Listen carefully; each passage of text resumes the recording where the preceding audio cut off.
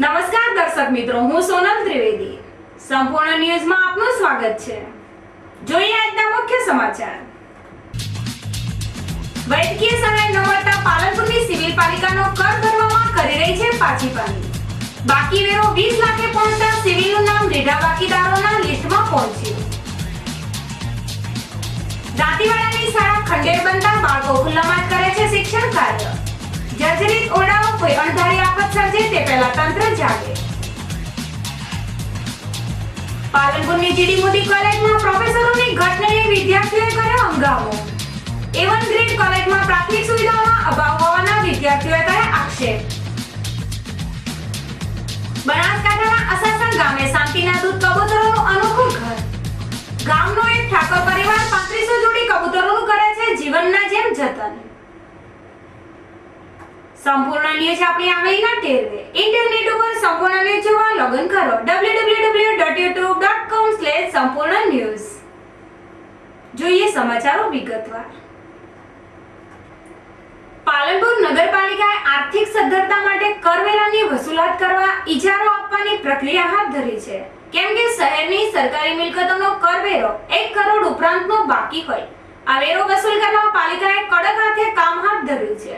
જેમાં જિલ્લાની સૌથી મોટી એવી પાલનપુરની સરકારી હોસ્પિટલ છેલ્લા 10 વર્ષથી પાલિકાનો કર ભરતી ન હોય. આજની તારીખે પાલિકાના ચોપડે સિવિલ હોસ્પિટલનો ₹20,37,212 કર બાકી બોલે છે. જો કે આ બાકી લેણા મામલે પાલિકા દ્વારા અવારનવાર સિવિલ સત્તાવાળાઓને નોટિસો તેમજ માંગણા બિલ આપવામાં આવ્યા છે. તેમ છતાં સિવિલ સત્તાવાળા દ્વારા પાલિકાનો બાકી કર ભરવામાં નથી આવતો. જો કે પાલિકાના બાકી લેણા મામલે સિવિલ સર્જન SN પટેલે જણાવ્યું હતું કે અમોએ પાલિકાનું લેણું ભરવાની ગ્રાન્ટની માંગ કરી છે. સાથે સાથે તેમ પણ જણાવ્યું હતું કે અમારે પણ પાલિકા પાસે વૈદ્યકીય સહાયના નાણાં લેવાના નીકળે છે, તે બાકી છે અને વેરા કરતા વધુ છે. ઠેકાની અમને જાણ નથી, પણ એમની નોટિસ અમને મળી છે વેરા વસૂલાત માટે, અને દર વખતે નોટિસ મળે છે. એટલે અમે એના માટે વેરો ભરવા માટે ગ્રાન્ટની માંગણી કરી છે, અને અમારે એમની જોડે 4% વૈદ્યકીય ફાળો નિયમોસર લેવાનો છે, એના માટે પણ અમે માંગણી કરી છે. એટલે અમારે ભરવાપાત્ર વેરા કરતાં વૈદ્યકીય ફાળો લેવાનો વધારે થાય છે, અને એની માંગણી કરેલી છે. એ સાહેબ કેટલો છે આપનો વૈદ્યકીય ફાળો કેટલો છે એમ કે ખબર નહીં. જ્યારે પાલિકાના વેરા વસૂલાત સુપરવાઇઝર સંજય વ્યાસે સિવિલના બાકી વેરાના મામલે જણાવ્યું હતું કે અગાઉ પાલિકાએ નક્કી કર્યા મુજબ વર્ષ ₹500 ની વૈદ્યકીય સહાય અમે સિવિલને આપવા તૈયાર છીએ. ત્યારે સિવિલે પાલિકાનો બાકી કર તાકીદે ભરી દેવો જોઈએ. પાલનપુર નગરપાલિકા હદ વિસ્તારમાં જે સરકારી મિલકતો આવેલી છે, એ સરકારી મિલકતોના અંદાજે 1 કરોડ ઉપરના કરવેરા બાકી છે, અને એ બાકી 13-14ના વર્ષની છે. અને આ બાકી કરવેરા અંગે અવારનવાર અમે પત્ર વ્યવહાર પણ કરેલા છે, પણ કોઈ હજી સુધી એનો પ્રત્યુત્તર મળેલો નથી. તો અમે આ તમામ સરકારી લેણા જે બાકી છે તેની આગામી સંકલનની મિટિંગમાં માનનીય કલેક્ટર સાહેબને લેખિત કરેલ છે. આગામી મિટિંગમાં કલેક્ટર સાહેબ જે તે કચેરીને સૂચના આપી દેશે. સિવિલ હોસ્પિટલમાં કેટલો બાકી? સિવિલ હોસ્પિટલનો 20 લાખ ઉપરનો વેરો બાકી છે. એમનું કેવું છે પાલિકામાંથી અમારે લેવા નીકળે છે? એમાં એવું છે કે એ લોકો 4% વૈદ્યકીય ફાળો માગે છે. અગાઉ જે તે સમયે પાલનપુર નગરપાલિકાના જનરલ બોર્ડે ₹500 વૈદ્યકીય ફાળો આપવાનું નક્કી કરેલું હતું. એ મુજબ ફાળો આપતા હતા. પછી નગરપાલિકાની આર્થિક પરિસ્થિતિ ધ્યાનમાં લઈને ફાળો આપવાનું બંધ કર્યું. તેમ છતાં પણ જે ફાળો થાય એ નગરપાલિકા પ્રમુખ અને જનરલ બોર્ડ નક્કી કરે તો ₹500 પ્રમાણે આપવાનો થાય, તો જનરલ બોર્ડ નક્કી કરે તો હજી બાકી છે એ આપી દે. બાકી વેરો તો એમને ભરવો જોઈએ. વેરો એ અલગ વસ્તુ છે અને વૈદ્યકીય ફાળો અલગ વસ્તુ. આમ વૈદ્યકીય સહાયને લઈ પાલનપુરની સિવિલ હોસ્પિટલ છેલ્લા 10 વર્ષથી પાલિકાનો ટેક્સ ભરતી ન હોય. હાલ સિવિલનું નામ પાલિકાના રીઢા બાદબાકીકારોના યાદીમાં ચડી ગયું છે. ત્યારે સિવિલ સત્તાવાળાઓ અને પાલિકા સત્તાધીશો બાકી કર મામલે બેઠક યોજી યોગ્ય નિર્ણય લેવો રહ્યો. 11મી જુલાઈના દિવસને વિશ્વભરમાં વસ્તી દિન તરીકે ઉજવવામાં આવે છે. દેશ દુનિયામાં છેલ્લા કેટલાય સમયથી સતત વસ્તીનો વધારો થઈ રહ્યો છે. જેમાં વાત કરીએ બનાસકાંઠાની, તો જિલ્લાની વસ્તી છે 31,20,506, જેમાં 1000 પુરુષે હજુ 32 સ્ત્રીની ઘટ છે. ત્યારે આ સ્ત્રી જન્મનો રેશિયો ઊંચો લાવવા વિશ્વ દિને જનજાગૃતિના કાર્યક્રમો યોજવામાં આવે છે. આજે વિશ્વ વસ્તી દિન હોય તાલુકા મથક વડગામ ખાતે જિલ્લા આરોગ્ય અને પરિવાર કલ્યાણ વિભાગ દ્વારા જનજાગૃતિ રેલી યોજવામાં આવી હતી, જેમાં શાળાના બાળકો અને આંગણવાડી તેમજ આરોગ્ય કાર્યકરો સમાજમાં સ્ત્રીજન્મ અંગે જાગૃતિ આવે તે માટે બેનરો લઈને ગામમાં જનજાગૃતિનો સંચાર કર્યો હતો. આમ બનાસકાંઠામાં પુરુષોની સંખ્યામાં સ્ત્રીઓની ઘટ હોય આજના વિશ્વ વસ્તી દિન નિમિત્તે સરકાર તેમજ વિવિધ સ્વૈચ્છિક સંસ્થાઓ દ્વારા જનજાગૃતિની રેલીઓ અને કાર્યક્રમો યોજવામાં આવ્યા હતા. હિન્દુ સંસ્કૃતિમાં ગુરુનો દરજ્જો ભગવાન તુલ્ય મનાય છે અને ગુરુ થકી જ ભગવાનની પ્રાપ્તિ થતી હોય લોકો ગુરુ પ્રત્યે અતૂટ શ્રદ્ધા અને આદર ભાવ ધરાવે છે. જો કે સમાજમાં ગુરુના મહત્વને ઊંચો મોભો આપવા માટે લોકો ગુરુ પૂર્ણિમાની ઉજવણી કરે છે, જેમાં પોતાના ગુરુની પૂજા અર્ચના કરી ગુરુનું ઋણ અદા કરે છે. ગુરુ મહિમાને ઉજાગર કરતું ગુરુ પૂર્ણિમાની તડામાર તૈયારીઓ શરૂ કરાઈ છે. તારીખ 12 જુલાઈને શનિવારના ગુરુ પૂર્ણિમાનું પાવન પર્વ હોય લોકો ગુરુનું પૂજન કરવા અધૂરા બન્યા છે.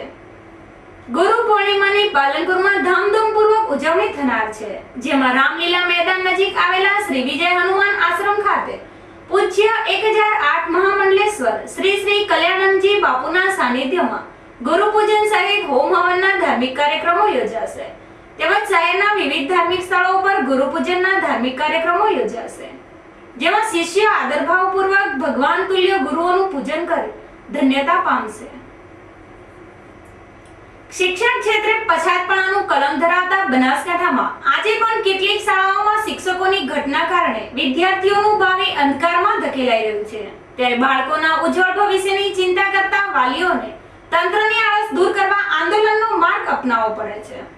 ચાલુ વર્ષે શાળા સત્રના પ્રારંભે ભાંડોલિયા, દિયોદર અને ચિત્રાસણી ગામે લોકોએ શાળાને તાળાબંધી કરી હતી, જેને લઈને તંત્ર હરકતમાં મુકાઈ જવા પામ્યું હતું અને તાત્કાલિક સમાધાનના પ્રયત્નો હાથ ધર્યા હતા. જો કે આ તો રહી શિક્ષકોના ઘટની વાત, પણ શાળાના જર્જરિત ઓરડાઓની, કેમ કે આજે પણ કેટલીક શાળામાં વર્ગખંડો પડવાના વાંકે ઊભા છે. જેમાં દાંતીવાડા ગામે આવેલી પ્રાથમિક શાળામાં ખંડેર બનેલું શાળાના ઓરડા છેલ્લા 2 વર્ષથી પડું થઈ રહ્યા છે, જેના કારણે શાળાનું શિક્ષણ કાર્ય શાળા બહાર ખુલ્લા મેદાનમાં ચાલે છે. જો કે ચોમાસું અને ઉનાળામાં તો વર્ગખંડોના અભાવે વિદ્યાર્થીને તો આવી જ પડે છે. જો કે આ મામલે ગ્રામજનો દ્વારા અવારનવાર તંત્રનું ધ્યાન દોરવામાં આવે છે, પરંતુ તંત્ર દ્વારા દાંતીવાડાની રજૂઆત ધ્યાન ઉપર લેતી નથી, જેને લઈને શાળામાં દુર્ઘટના સર્જવાની ભારે દહેશત વર્તાઈ રહી છે. જો કે આ જર્જરિત વર્ગખંડો ભવિષ્યમાં કોઈ અણધારી આફત સર્જે તે પહેલા તંત્ર જાગે અને પડવાના વાંકે ઊભેલી સ્કૂલની મરામત કરાવે તે જરૂરી છે. શાળાઓમાં શિક્ષકની ઘટ હોય પણ A1 ગ્રેડ મેળવેલ કોઈ કોલેજમાં પ્રોફેસરની ઘટ હોય તે વાત માનવામાં આવે ખરી? હા, કેમ કે કોલેજ શરૂ થયાને 18 દિવસ વીતવા છતાં હજુ પણ પાલનપુરની જીડી મોદી કોલેજમાં પ્રોફેસરોની ઘટ પૂરી કરવામાં ન આવતા આજે વિદ્યાર્થીઓએ કોલેજોમાં ભારે હંગામો મચાવ્યો હતો અને કોલેજ સંચાલકો વિરુદ્ધ સૂત્રોચ્ચાર કર્યા હતા. પાલનપુરની જીડી મોદી કોલેજમાં તારીખ 23/6/2014 થી નવા સત્રનો પ્રારંભ થયો છે, જેમાં બીકોમ કોમર્સમાં 1500 થી વધુ વિદ્યાર્થીઓ 15 વર્ગખંડમાં અભ્યાસ કરી રહ્યા છે. જો કે કોલેજ દ્વારા પ્રોફેસરોની ભરતી કરવામાં ન આવતા હાલ કોલેજના માત્ર 6 પ્રોફેસરો પાસે જ શિક્ષણ કાર્ય કરાવાય છે, જેને લઈને વિદ્યાર્થીઓને પૂરતું શિક્ષણ મળતું ન હોય. પ્રોફેસરોની ઘટ મામલે આજે વિદ્યાર્થીઓએ કોલેજના પ્રિન્સિપાલને રજૂઆત કરી હતી, જ્યાં તેમને સંતોષકારક જવાબ ન મળતા રોષે ભરાયેલા વિદ્યાર્થીઓએ કોલેજ કમ્પાઉન્ડમાં ભારે હંગામો મચાવી કોલેજ સંચાલકો વિરુદ્ધ નારાબાજી કરી હતી. જો કે રોષે ભરાયેલા વિદ્યાર્થીઓએ કોલેજના કથળેલા વહીવટ મામલે મીડિયા સમક્ષ આક્ષેપ કર્યા હતા કે કોલેજમાં પ્રોફેસરોની ઘટની વિદ્યાર્થીઓનું ભાવિ અંધકારમાં ધકેલાઈ રહ્યું હતું અને કોલેજોમાં સફાઈ, વીજ પંખા જેવી પ્રાથમિક સુવિધાઓનો પણ અભાવ છે. FYથી કોલેજ શરૂ થાય છે. પહેલાં તો લેક્ચર લેવાતા, પરંતુ કોલેજમાં TYમાં 23 તારીખથી કોલેજ શરૂ થઈ છે, પરંતુ એક લેક્ચર લેવાય ના લેવાય અને આ 17 તારીખ હાલ તો કોલેજમાં બિલકુલ લેક્ચર લેવાતા નથી અને રોજ ભાડા ખર્ચીને આવવાનું, ભાડા ખર્ચીને જવાનું. તો પ્રિન્સિપાલને કમ્પ્લેન માટે કીધું, પ્રિન્સિપાલ કે શિરીષભાઈને મળો, તો શિરીષભાઈ અત્યારે હાજર નથી. તો સર કહે કે તો તમે લોકો તમારા સ્ટાફનું મેનેજમેન્ટ કરો, તો તમે લોકો ગાંધીનગર જાઓ. તો સર અમને એમ કહે છે કે તમારે જે કરવું એ કરી શકો છો.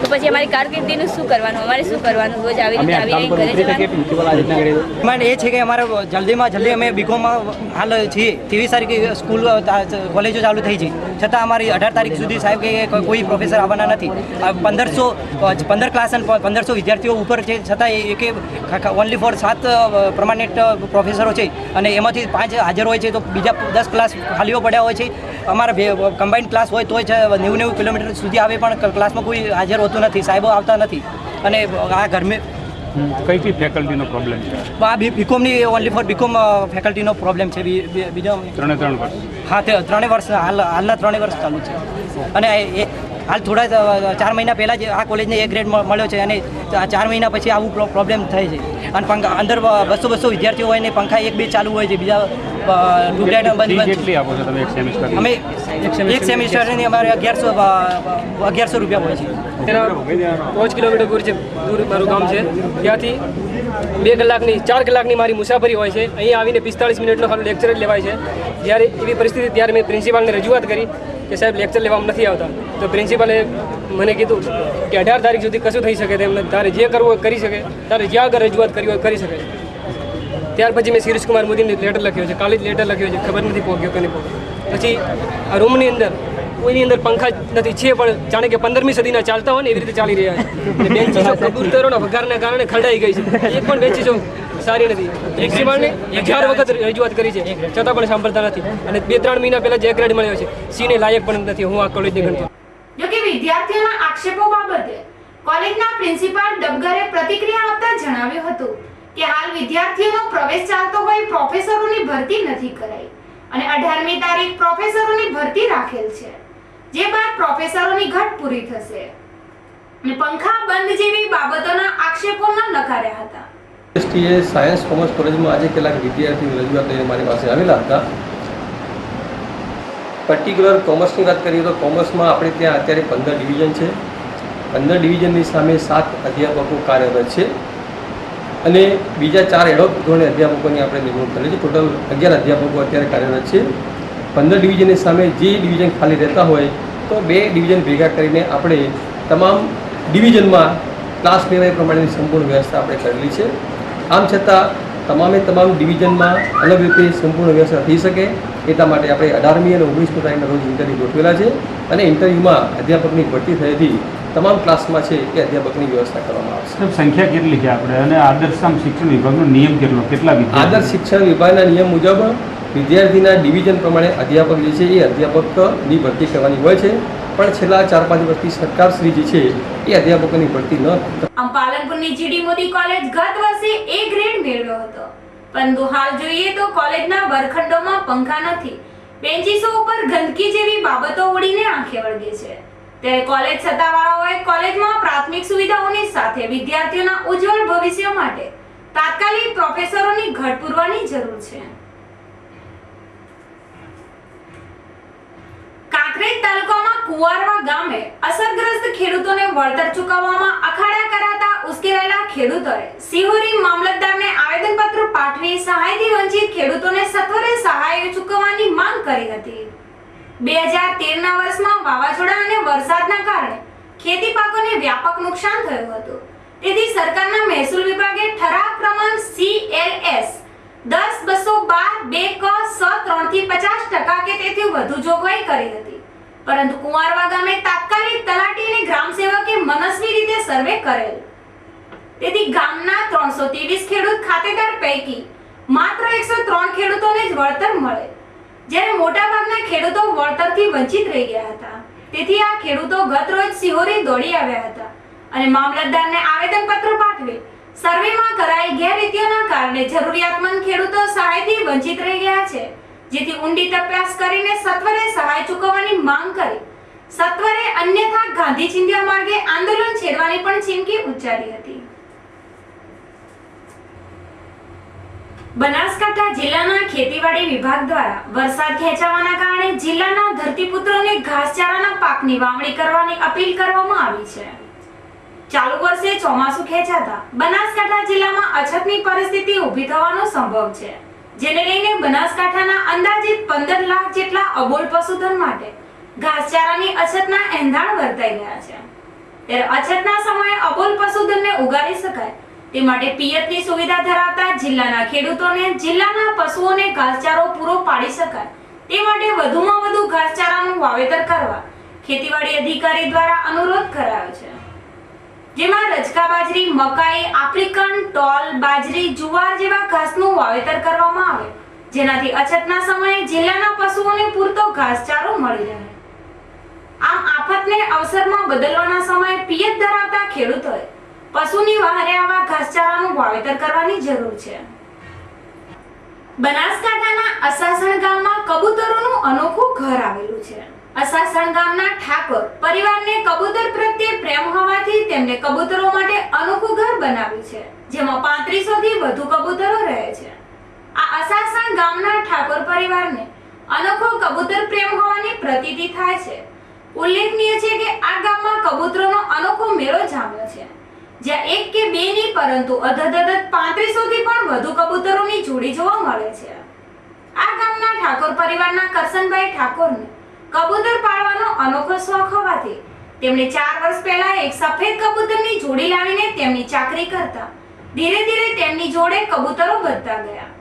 આજે 4 વર્ષ પછી આ કબૂતરનો આંકડો 3500 ને પણ પાર થઈ જતા આજે તેમને કબૂતર પ્રત્યેનો પ્રેમ ભારે પડી રહ્યો છે. વધુમાં ઠાકોર પરિવારની આર્થિક સ્થિતિ સારી ન હોવી છતાં આ ઠાકોર પરિવારે કબૂતરના કાયમી વસવાટ માટે એક અનોખું ઘર તૈયાર કર્યું છે. આ કબૂતરોના અનોખા ઘરમાં આજુબાજુના કબૂતરો પણ મહેમાન નવાજી કરવા આવી જતા હોય છે.